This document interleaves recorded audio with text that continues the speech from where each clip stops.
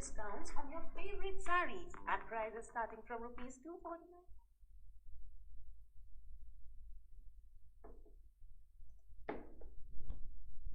Hello friends, welcome to YG Exam Prep. This is Sonia here. I hope that you all guys are fine, safe and healthy. और बहुत बहुत स्वागत है आप लोगों का आज के बढ़िया से सेशन के अंदर। मेरी आवाज सबको आ रही है? Am I audible?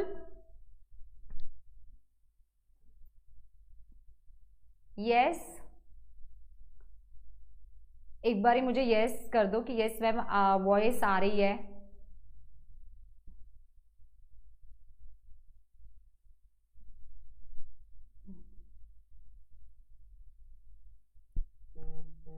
बताइए जी, हाँ या ना।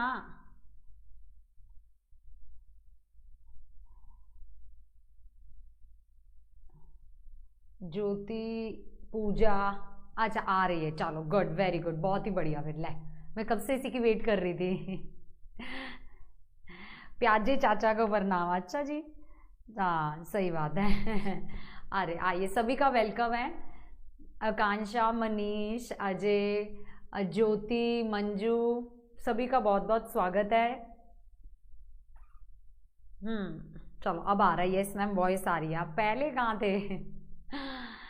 चलिए बहुत ही बढ़िया। सो दोस्तों, हम लोग प्याजे की थ्योरी करेंगे आज।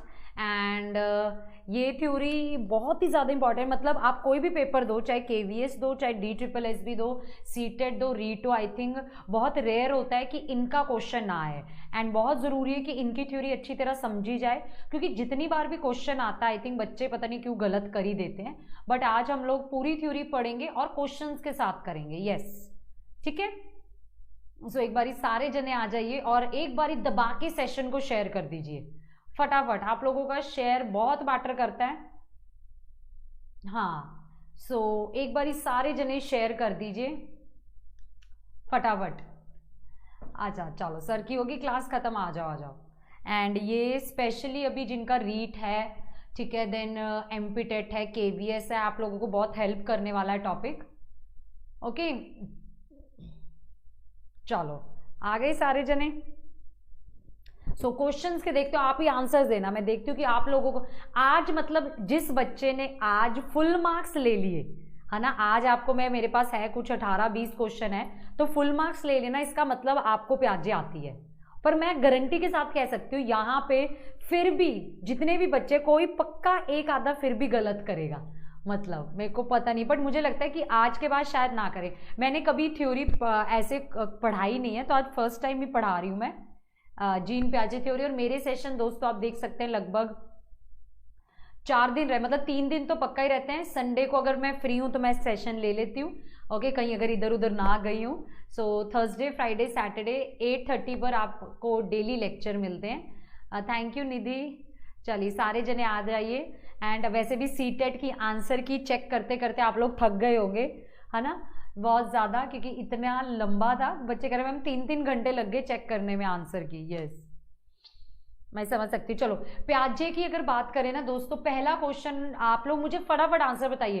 प्याजे की थ्योरी संज्ञानात्मक विकास की है, नैतिक विकास की है, व्यवहार आदि है, ठीक है, मोटिवेशन की, किस चीज की थ्योरी है? यस, प्याजे की थ्योरी दोस्तों आपकी संज्ञानात्मक विकास की थ्योरी है। परफेक्ट। कॉग्निटिव डेवलपमेंट की थ्योरी है, बेसिकली ये पेपर में क्वेश्चन पूछा जाता है। एंड दोस्तों इनकी थ्योरी को, कई बच्चों को ये नहीं पता, इनकी थ्योरी को हम विकासी अवस्था सिद्धांत भी कहते हैं, इनकी थ्योरी को अवस्था सिद्धांत भी कहते हैं। आपको पता है, काफी जनों को ये नहीं पता। सो इनकी थ्योरी को डेवलपमेंटल स्टेज थ्योरी भी कहा जाता है, एंड इनकी थ्योरी को स्टेज थ्योरी भी कहा जाता है, ठीक है। यस, हाँ, कॉग्निटिव, कोनेटिव नहीं, कॉग्निटिव डेवलपमेंट। हाँ जी जी, कॉग्निटिव डेवलपमेंट। एंड मुझे एक चीज बताओ, अब प्याजे रचनावादी है या नहीं, हाँ या ना? प्याजे इस चीज में मानते हैं कि बच्चा अपना ज्ञान खुद बनाता है। Yes, perfect. देखो पुराने क्लासरूम में क्या होता था, बच्चे आकर सुनते थे, अपना टीचर का सुना, चलो भाई चले गए, और घर जाके सो जाते थे, है ना, क्योंकि उनको टीचर की क्लास इतनी पकाऊ लगती थी, इसलिए चुपचाप घर जाके सो जाते थे। फिर ऐसी क्लास का फायदा ही क्या, है ना, जिसमें टीचर आपको सुला दे, क्या फायदा, है ना। मजेदार क्लास तो वो होनी चाहिए जिसमें आप टीचर के साथ मिलकर पढ़ रहे हो, टीचर की टांग खींच रहे हो, टीचर को छेड़ रहे हो, टीचर के साथ डिस्कशन कर रहे हो, अपनी नॉलेज बना रहे हो, ठीक है। सो ऐसी क्लास में ज्यादा मजा आता है। और प्याजे कहते हैं क्लासेस ऐसी होनी चाहिए, कंस्ट्रक्टिविज्म होना चाहिए, रचनावाद, संरचनावाद, जहां पर बच्चा जो अपना ज्ञान है ना वो खुद बनाए, अपनी नॉलेज को बच्चा खुद कंस्ट्रक्ट करे, है ना। यस, बिल्कुल सही बात। तो चलिए इसी बात पे एक क्वेश्चन है, जल्दी से मुझे आंसर दे दो फटाफट, 10 सेकंड है आप लोगों के पास, कम ऑन। क्वेश्चन कराऊंगी, यस, क्वेश्चन के साथ ही तो थ्योरी क्लियर होती है, बिना क्वेश्चन के तो थ्योरी क्लियर ही नहीं होती। कौन कहता है कि बच्चे अपने ज्ञान को खुद बनाते हैं? कौन कहता है कि बच्चे लिटिल साइंटिस्ट होते हैं जो अपना ज्ञान खुद बनाते हैं? ये भी प्याजे ने कहा है, ये भी प्याजे ने कहा है, चिल्ड्रन आर लिटिल साइंटिस्ट, जो अपना ज्ञान खुद बनाते हैं। तो ये आपको ध्यान रखना है, वेरी इंपॉर्टेंट, ठीक है जी, गुड।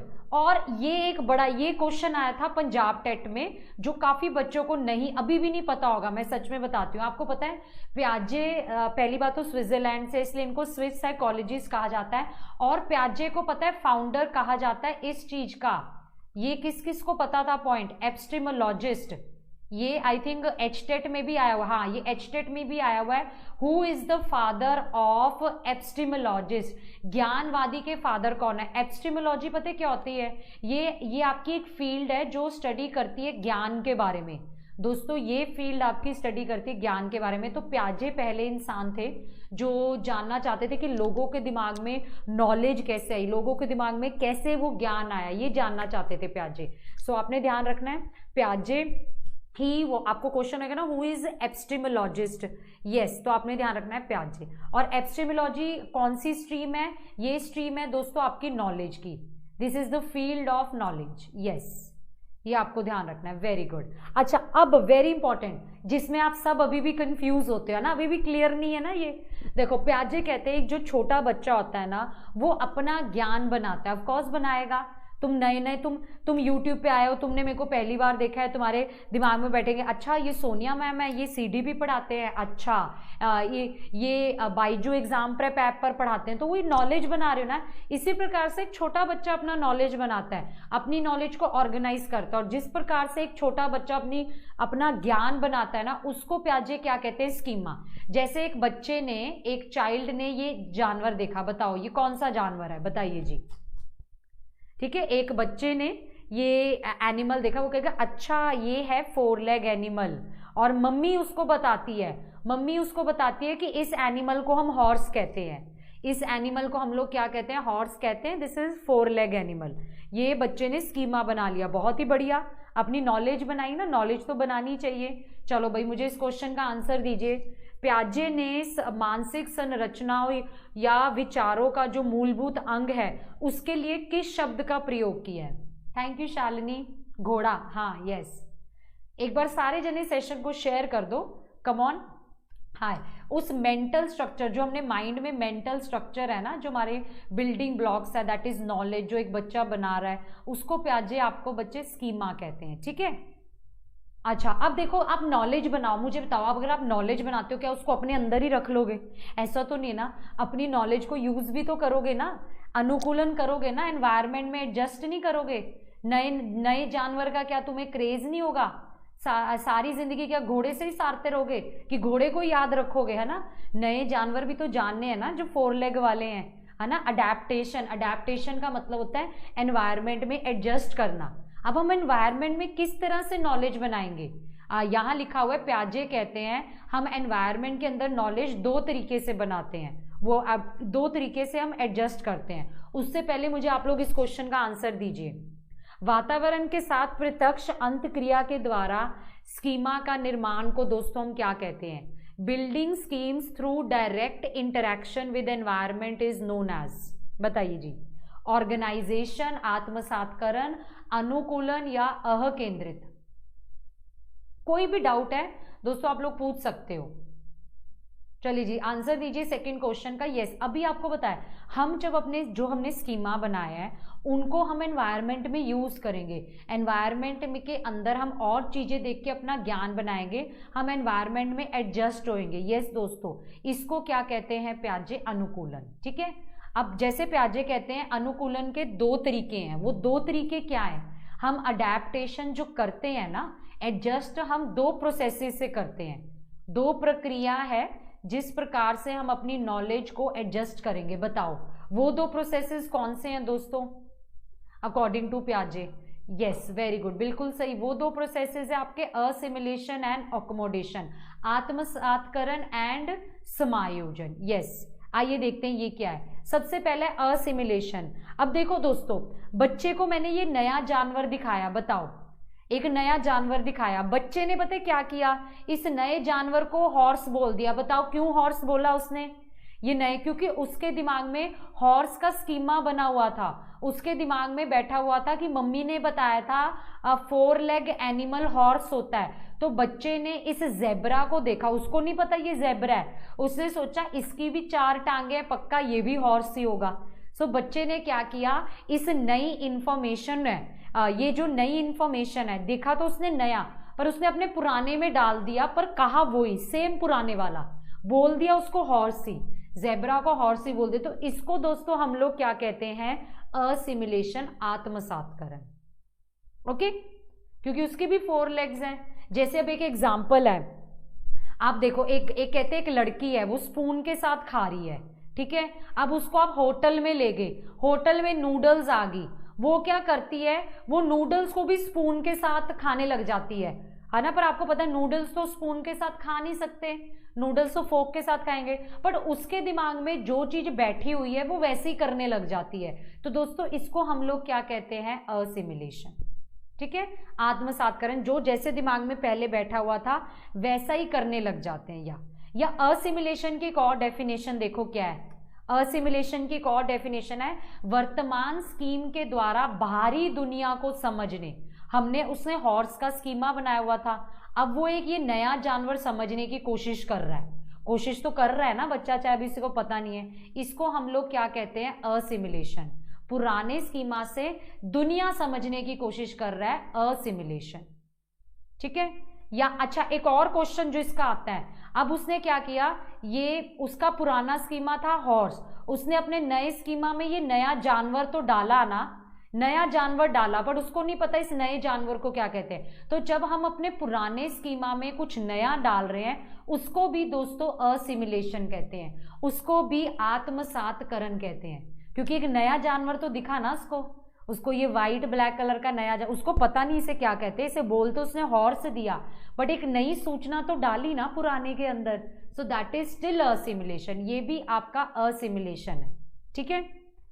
अब देखो दोस्तों, पर उसको फर्क समझाया जाता है, उसको मम्मी उसे बताती है कि नहीं, चाहे दोनों 4 लेग है पर दोनों में फर्क है। बच्चे इसको जेब्रा कहते हैं, ये जेड से होता है, इसे हॉर्स कहते हैं, ये इसके ऊपर ब्लैक लाइंस होती हैं, हॉर्स के ऊपर ब्लैक लाइंस नहीं होती है। जब बच्चा अपनी सोच को चेंज करता है दोस्तों, जब बच्चा अपनी सोच में परिवर्तन लाता है, मॉडिफाई करता है, चेंज करता है दोस्तों, इसको हम लोग क्या कहते हैं? अकोमोडेशन, ठीक है।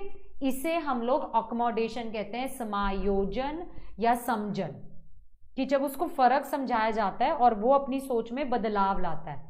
अब देखिए, जैसे यहाँ क्वेश्चन है, हम क्या करते हैं? अपने पुराने स्कीमा को चेंज करते हैं, अपनी सोच को बदलते हैं ताकि हम उसमें नया डाल सके। यहाँ लिखा है कि हमने चेंज किया है। सो दोस्तों अब बताइए इसका आंसर क्या होगा? यस, परफेक्ट, बिल्कुल सही, ये होगा आपका अब समायोजन। जहां आपको वर्ड मिल गया ना, चेंज किया है, मॉडिफाई किया है, चेंज किया है, that is what your accommodation. या देखिए एक और क्वेश्चन देखिए आप लोग, ठीक है। पियाजे के संज्ञानात्मक सिद्धांत के अनुसार वह प्रक्रिया जिसके द्वारा संज्ञानात्मक संरचना को संशोधित किया जाता है, कॉग्निटिव स्ट्रक्चर मॉडिफाई किया जाता है। तो दोस्तों अगर मॉडिफाई किया जाता है, इसको हम क्या कहते हैं? अकोमोडेशन। ओके, बहुत ही बढ़िया। और अच्छा, एक पियाजे ने दिए संतुलन। अब देखो, हमें हॉर्स की भी जरूरत है जानने की, 4 लेग एनिमल पढ़ने हैं तो हॉर्स से स्टार्ट करेंगे। हमें प्रीवियस, देखो हमें पुराने ज्ञान की भी दोस्तों जरूरत है, हमें नए ज्ञान की भी जरूरत है, दोनों को इकट्ठे लेके चलेंगे ना। तो अगर हम दोनों का बैलेंस बना के चलेंगे तो इसको दोस्तों पियाजे क्या कहते हैं? संतुलन, इक्विलिब्रेशन। दोनों का बैलेंस बना के चलिए, पुराने ज्ञान की भी जरूरत पड़ती है, नए ज्ञान की भी जरूरत पड़ती है, दोनों का बैलेंस बनाना जरूरी है। सो इसे बोला जाता है इक्विलिब्रेशन। Thank you Nikhil. ठीक है, देखो जैसे अब आपके सामने क्वेश्चन है कि एक बच्चा असिमिलेशन भी यूज करता है, अकोमोडेशन भी, दोनों चीजें करके चले, क्योंकि पुराने ज्ञान से नहीं खाली चला जा सकता, हर बार नया भी नहीं डाले जा सकते, बैलेंस बनाना जरूरी है। सो दोस्तों इस चीज को हम कहते हैं इक्विलिब्रेशन, साम्य धारण या संतुलन। और अच्छा मुझे एक चीज बताओ, अगर हम बैलेंस ना बना पाए तो उसको क्या कहेंगे बताओ? अगर हम बैलेंस ना बना पाए तो उसको क्या कहेंगे?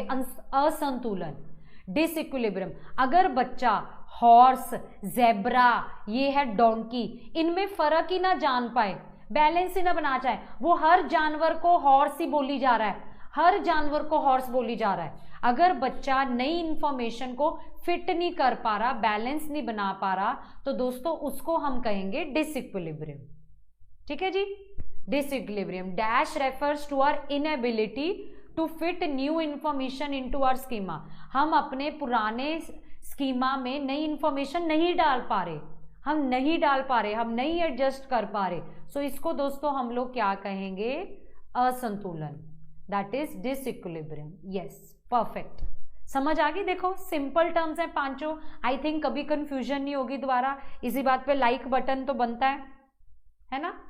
चलिए अब दोस्तों प्याजे ने दी है 4 स्टेजेस, संवेदी है ना, आपकी प्री ऑपरेशनल, कॉन्क्रीट, फॉर्मल। इनकी एजेस आपको पता होनी चाहिए। पहले वाले की है बर्थ से 2, अगले वाले की है 2 से 7, अगले वाले की है 7 से 11 और अगले वाला है 11 ऑनवर्ड्स। अब इनके देखते हैं इंपॉर्टेंट पेपर में जो पॉइंट्स हमेशा पूछे जाते हैं। देखो पहली स्टेज बताओ मुझे, चलो कमेंट्स में लिखो क्या क्या देखने को मिलता है पहली स्टेज में। देखते हैं सबसे पहले सही पॉइंट्स कौन लिखता है कि हमें फर्स्ट स्टेज के अंदर क्या क्या देखने को मिलता है। कुछ 3-4 पॉइंट्स हैं जो हर बार पेपर में पूछे जाते हैं, अभी मैं उनके क्वेश्चन भी आपको दिखाऊंगी। फर्स्ट स्टेज का बच्चा आप देखो अपने हैंड्स का यूज कर रहा है, हर चीज मुंह में डाल रहा है। फर्स्ट स्टेज का बच्चा हर चीज अपनी सेंसेस के थ्रू कर रहा है। ठीक है, सेंसेस या हम जिनको कहते हैं ना, आपने सुना होगा रिफ्लेक्स एक्शन। ठीक है, हाथों को मुंह में डालना, आर्म्स का यूज करना, आईज यूज करना, पेन पकड़ना। ठीक है, इस प्रकार से अपने रिफ्लेक्स मोटर एक्शंस का यूज करता है, सेंसेस। जब बच्चे को भूख लग रही होती है वो रोता है, मम्मी को पता चलता है ये रो रहा है तो इसका मतलब इसको भूख लग रही है, हमें उसके सेंसेस से पहचान करनी पड़ती है। यस, और इस स्टेज में अंदर ये गेम देखो, ये किसकी फोटो है? हाँ वेरी गुड, किसी ने सही लिखा, वस्तु साहित्य, वेरी गुड। ऑब्जेक्ट परमानेंस, ये दिख रहा है ना, ऑब्जेक्ट परमानेंस में क्या होता है बताओ? ये देखो ये क्वेश्चन है, बताओ इसका क्या आंसर होगा? वस्तु साहित्य दोस्तों क्या होता है? एक बार सारे जने सेशन को शेयर कर दीजिए ताकि मैक्सिमम बच्चों तक ये थ्योरी पहुंच जाए आपके सपोर्ट से। हाँ, बच्चे को पता है, छोटे बच्चे को क्या लगता है, जैसे वो गेम नहीं खेलते चाट वाली, चाट, तो बच्चे को हमेशा ऐसे लगता है कि तुम पीछे हो, तुम उसके पीछे हो। यस, बच्चे को ऐसे लगता है, चाहे तुम उसको उल्लू बना के भाग जाओ पर उसको लगेगा कि ऑब्जेक्ट एग्जिस्ट करता है, भी ऑब्जेक्ट वहां है, चाहे वो उसको देख नहीं सकता, है ना, कि उसको ऐसा लगता है object continues to exist even if he can't see, चाहे वो उसको देख नहीं सकता। इसको कहते हैं हम वस्तु साहित्य, object permanence. Yes, correct answer क्या है आपका? दैट ये इसकी डेफिनेशन है जो बार बार पेपर में आती है। एंड यस, इसके अंदर बच्चा, जैसे क्वेश्चन है, जब बच्चा थिंक करता है अपनी आई से, अपनी ईयर से, अपने हैंड्स से, मतलब सब कुछ अपने सेंसेस के थ्रू कर रहा है, motor through, you know, reflex action, गतिआत्मिक कौशल। तो दोस्तों ये आपकी कौन सी स्टेज है? Sensory motor. परफेक्ट। यस, छिपी हुई चीजें ढूंढ निकालना, बिल्कुल। तो अब स्टेज 1 की खासियत क्या है? इसमें बच्चा वस्तु साहित्य करता है, अपनी सहज क्रियाओं का यूज करता है। इस स्टेज में आपको पता है भाषा तो होती नहीं है, भाषा, गेस्चर, सिंपल। इस स्टेज में इनफैक्ट बच्चे को जुदाई महसूस होती है, बेचैनी। अगर मम्मी ने पकड़ा हुआ है, कोई और जना ले लेना तो बच्चा रोने लग जाता है, क्योंकि इसमें उसको सेपरेशन और स्ट्रेंजर एंजाइटी होती है। इस स्टेज के अंदर बच्चा लक्ष्य निर्देशित क्रियाएं करता है, गोल डायरेक्टेड एक्शंस। जहां पर वस्तु पड़ी है ना वहीं को भागता रहेगा, जहां उसको वस्तु दिखेगी उसने वहीं भाग जाना है। ऑब्जेक्ट्स आकर्षित करते हैं। ठीक है, ये समरी है जो आप देख सकते हैं। अब चलते सेकंड स्टेज। अच्छा ये देखो सेकंड स्टेज में तुम्हें क्या दिख रहा है, फोटो से पहचानिए। ठीक है, बताइए, फोटो से पहचानिए कि सेकंड स्टेज का बच्चा क्या कर रहा है, बताओ क्या लग रहा है। देखो सेकंड स्टेज का, एक तो इस स्टेज में बच्चे ना, सेकंड स्टेज है आपकी 2 से 7 साल। इस स्टेज में एक तो बच्चे अपने आप को कोई सुपरमैन समझ रहा है, कोई बारबी डॉल समझ रही है, अपनी एक इमेजिनेटिव दुनिया में खोए होते हैं, अपने आप को पता नहीं ये क्या, ये कहते हैं ना वो ये परपुर से समझ रहे होते हैं, कोई परी समझ रहा होता है, कोई बैटमैन, कोई सुपरमैन, एक इमेजिनेटिव दुनिया में खोए होते हैं, बहुत सारे प्रश्न पूछते हैं, हर नॉन लिविंग चीज को लिविंग बना देते हैं। हाँ, एनिमिज्म, ये जीववाद है, हर नॉन लिविंग चीज को लिविंग बना देना। यस, बिल्कुल सही है ना। और हर चीज को अपने बिल्कुल सही, केंद्रित, हर चीज को दोस्तों ये अपने नजरिए से देखते हैं, इनको जो सही लगता है ये वो सही मानते हैं, दूसरे की तो सुनते नहीं। पर नहीं, दूसरी बात है, दूसरे की सुनेंगे कैसे, क्योंकि 2 से 7 साल तो ये इलॉजिकल होते हैं ना, इनका माइंड नहीं इतना डेवलप हुआ, तो ये हर चीज अपने अकॉर्डिंग करते हैं, हर चीज का नजरिया इनका अपने अकॉर्डिंग देखते हैं। यस, जैसे अब यहाँ पे कुछ क्वेश्चंस है इस स्टेज के। इस स्टेज में जब बच्चा हर ऑब्जेक्ट को लिविंग बना देता है, ह्यूमन लाइक क्वालिटीज दे देता है, तो बताइए इसे क्या कहेंगे। बच्चे ने हर नॉन लिविंग चीज को उसमें जान डाल दी, लिविंग बना दी, इसको हम कहते हैं जीववाद, है ना। अच्छा, अगला क्वेश्चन देखिए। हाँ, इसमें अब एक ये पॉइंट है, क्योंकि इस स्टेज का बच्चा इलॉजिकल होता है ना, उसको जो भी कारण दिख रहा होता है वो ही उसका प्रभाव मान लेता है। यस, इसको लगता है कि कपड़े धूप में पड़े इसलिए सूख रहे हैं। कपड़े तो आपको पता है बिना धूप के भी सूख जाते हैं, अब सर्दियों में बिना धूप के ही तो कपड़े सूख रहे हैं, है ना। बच्चे को लगता है कि यही कारण है, यही उसका प्रभाव है। यस, कॉज एंड इफेक्ट, ये भी हमें देखने को मिलता है सेकंड स्टेज के अंदर ही। यस, तो इसका करेक्ट आंसर भी क्या है, सेकंड, क्योंकि जो उनको दिखाई दे रहा है उनको वही लगता है, वही सही है। ठीक है, देखो यहाँ क्वेश्चन है, जब एक बच्चा केवल अपने अनुसार दुनिया को देखता है और दूसरे के नजरियों को नहीं समझ पाता, तो इसे हम क्या कहते हैं दोस्तों, इसे हम कहते हैं ईगो सेंट्रिज्म या अकेंद्रित, सिर्फ अपना व्यू पॉइंट कंसिडर करना। ठीक है, अपने तरीके से ही चीज को समझता है, दूसरों के तरीकों से नहीं समझता। तो सेकंड स्टेज के अंदर देखो बच्चे के पास भाषा होती है, बच्चा टोटली इलॉजिकल होता है, अकेंद्रित होता है, हर चीज का सिर्फ एक ही पहलू सोचता है, बच्चे के अंदर सेंट्रेशन होती है, बच्चा हर चीज का सिर्फ दोस्तों एक ही पहलू सोचता है, ये आपको याद रखना है। सेंट्रेशन, कार्यकरण होता है, हर नॉन लिविंग को लिविंग बना देता है। ठीक है, घर घर खेलते हैं, आपने देखा इस एज में बच्चे घर घर खेलते हैं, अब किचन सेट खेलते हैं, किचन खेलते हैं, खुद बनाते हैं, अपना घर खुद बनाते हैं और खुद यकीन करते हैं, मेक बिलीव प्ले, है ना। आर्टिफिशियल होते हैं क्योंकि वो इलॉजिकल होते हैं, कोई भी चीज को उल्टा नहीं कर सकते। जैसे एक एग्जांपल आपको पता है ना, हम पानी को जमा भी सकते हैं, फिर हम पानी को पिघला भी सकते हैं, हम उल्टा कर सकते हैं ना। ये सेकंड स्टेज के बच्चे को नहीं समझ आएगी कि वाटर को हम फ्रीज भी कर सकते हैं, वाटर को हम मेल्ट भी कर सकते हैं, रिवर्स कर सकते हैं, नहीं, क्योंकि इस स्टेज की जो बच्चे की थिंकिंग है वो इरिवर्सिबल है, वो उल्टा कर नहीं सकता क्योंकि वो इलॉजिकल है। इस स्टेज में 2 सब स्टेजेस होती है, पूर्व प्राथमिक और आपकी अंतर्दृष्टि, pre conceptual and intuitive. Yes, एक बार सारे जने सेशन को शेयर कर दीजिए, इतना बढ़िया सेशन चल रहा है, इतने पॉइंट्स आपको पता लग रहे हैं, सो यार शेयर तो बनता है दोस्तों के साथ। एक बार यार स्टेटस लगा लीजिए या अपने फ्रेंड्स के साथ सारे जने एक बार शेयर कर दीजिए, कम ऑन, जल्दी जल्दी। यस, अगर आप चाहते हैं इसी प्रकार मैं आगे थ्योरीज करवाती रहूं तो आपका शेयर बहुत मैटर करता है। यस, हमें 1000+ होना है, फटाफट शेयर कर दीजिए। फिर इस प्रकार वाइकोस्की, कोहलबर्ग, गार्डनर, स्टर्नबर्ग, हम लोग सारी थ्योरीज कर लेंगे A to Z। यस, ठीक है, इस स्टेज का मतलब बहुत क्वेश्चन पूछता है। हाँ जी, देन है आपकी थर्ड स्टेज है आपकी 7 से 11। अच्छा, 7 से 11 में देखो आप नोटिस करो, एक तो ये पानी वाला एग्जाम्पल बड़ा फेमस है, संरक्षण, है ना।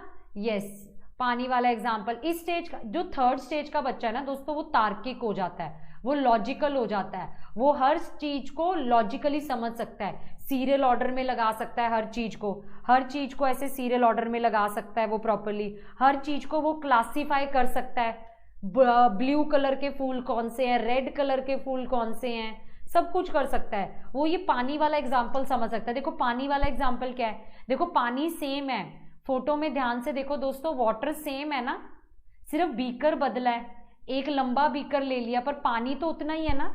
अगर सेकंड स्टेज का बच्चा होता है उसको लगता है कि इसमें पानी ज़्यादा है, पर थर्ड स्टेज का बच्चा जो लॉजिकल हो गया है, आपको याद रखना है थर्ड स्टेज में बच्चा लॉजिकल हो जाता है, वो समझ जाता है कि पानी उतना ही है, बस बीकर बदला है। ठीक है, यस, ये आपको ध्यान रखना है। और थर्ड स्टेज का बच्चा क्योंकि लॉजिकल हो गया तो वो ये कंसेप्ट उल्टा भी कर सकता है, हर चीज को वो रिवर्स कर सकता है। उसको पता है कि आइस आपकी मेल्ट भी हो सकती है, वो यस वो बर्फ भी बन सकती है। अब वो एक नजरिया नहीं सोचेगा, अब विकेंद्रीकरण आ जाएगा, अब वो हर पहलू के 3-4 पॉइंट सोचेगा। सेकंड स्टेज का था बच्चा सिर्फ एक ही पॉइंट सोच रहा था, पर थर्ड स्टेज का बच्चा हर पहलू के बहुत सारे पॉइंट सोचेगा। यस, चलिए ये जैसे क्वेश्चन है, बच्चा कब लॉजिकल हो जाता है बताइए दोस्तों, कौन सी स्टेज में जिसमें बच्चा आपका तार्किक हो जाता है, ऑब्जेक्ट्स और इवेंट्स के बारे में सोचने लग जाता है। यस, ये अभी मैंने आपको बताया, दैट इज थर्ड स्टेज। और थर्ड स्टेज आपकी 7 से 11। ठीक है जी, यस, ओके। देन आपका देखो सीरिएशन, बच्चा कौन सी स्टेज में हर चीज सीरियल ऑर्डर में लगा देता है, चाहे आप उसको हाइट के अकॉर्डिंग दो, वेट के अकॉर्डिंग दो, साइज के अकॉर्डिंग दो, वो सब चीज सीरियल ऑर्डर में लगा देगा। तो ये भी आपकी थर्ड स्टेज है, कॉन्क्रीट ऑपरेशनल स्टेज। बच्चा वर्गीकरण, हर चीज को क्लासीफाई करना, कोई भी चीज है फ्लावर्स ऑब्जेक्ट क्लासीफाई करना, ये बच्चा कौन सी स्टेज में कर लेता है, संवेदी, पूर्व संक्रियात्मक, मूर्त संक्रियात्मक या नहीं, कॉन्क्रीट। यस, क्योंकि थर्ड स्टेज का बच्चा हमारा लॉजिकल हो जाता है। ये देखो चलो मुझे इस क्वेश्चन का आंसर दो, कंजर्वेशन का बताओ क्या होगा इसमें से answer. Concept of conservation as proposed by प्याजे का क्या मतलब है बताइए। ये क्वेश्चन 4-5 बार आ चुका है। यस, 4-5 टाइम्स हाँ आ चुका है ये क्वेश्चन, और बहुत ही सिंपल है कि यस कुछ फिजिकल प्रॉपर्टीज वही सेम रहती है, चाहे हमने बाहरी आकार बदला है, चाहे हमने बीकर बदल दिया, पर पानी तो उतना ही है ना, प्रॉपर्टीज तो सेम है, वाटर क्वांटिटी सेम, चाहे हमने बीकर बदल दिया। तो इसको दोस्तों हम क्या कहते हैं, संरक्षण। वेरी गुड, ठीक है। चलो समराइज कर लेते हैं, थर्ड स्टेज में क्या क्या देखने को मिलता है। बच्चा टोटली तार्किक हो जाता है, हर चीज के 4 पहलू सोचता है, उल्टा कर सकता है, क्रमबद्ध रूप में रह सकता है, क्लासिफाई कर सकता है, हर चीज के ग्रुप बना सकता है, समूह, वर्ग, समावेश, हर चीज की ग्रुपिंग कर सकता है, संरक्षण समझ सकता है, संरक्षण को समझ सकता है बच्चा। और इस स्टेज में बच्चा आगमन तर्क करता है, ठीक है। और इस स्टेज का बच्चे के अंदर हमें पेपर में पूछते हैं कौन सी थिंकिंग देखने को मिलती है, मूर्त या अमूर्त। आपने याद रखना है कॉन्क्रीट थिंकिंग। बच्चा देखो इस स्टेज का लॉजिकल तो हो जाता है, बट आपको एक बात बताऊं, वो सिर्फ इतना ही समझ सकता है जितना वो देख सकता है ना। अब बच्चे अब अगर आप जैसे आप वो पढ़ाते हो ये ज्योग्राफी में प्लैनेट्स पढ़ाते हो, क्या आप प्लैनेट्स दिखा सकते हो बच्चे को, जुपिटर, मार्स, वीनस? नहीं ना, आप दिखा नहीं सकते, तो वो समझ भी नहीं सकता। वो सिर्फ वही चीजें समझ सकता है जो उसने देखी है, फिजिकल ऑब्जेक्ट, भौतिक वस्तुएं, या जो उसको मम्मी पापा ने बताई। अब जैसे ये पेन है, उसको पता है ये पेन है क्योंकि आपने बता दिया, ये कॉन्क्रीट थिंकिंग है। इस पेन के अंदर क्या होता है, ये पेन किससे बना है, इस पेन का मटेरियल क्या है, वो 7 से 11 साल का बच्चा नहीं बता सकता। वो आपको पता है कौन सा बच्चा बताएगा, वो आपको बताएगा चौथी स्टेज का बच्चा। जब चौथी स्टेज है आपकी 12 ऑनवर्ड्स, किशोर अवस्था का बच्चा, जब वो एब्स्ट्रैक्ट थिंकिंग करेगा, अमूर्त चिंतन, वो ज्योमेट्री, अलजेब्रा, जो टफ चीजें होती हैं, वो चौथी स्टेज का बच्चा समझ सकता है। जो तीसरी स्टेज का बच्चा है वो तो कहेगा मैम ये मूर्ति है, इस मूर्ति का नाम क्या है, स्टैचू ऑफ लिबर्टी।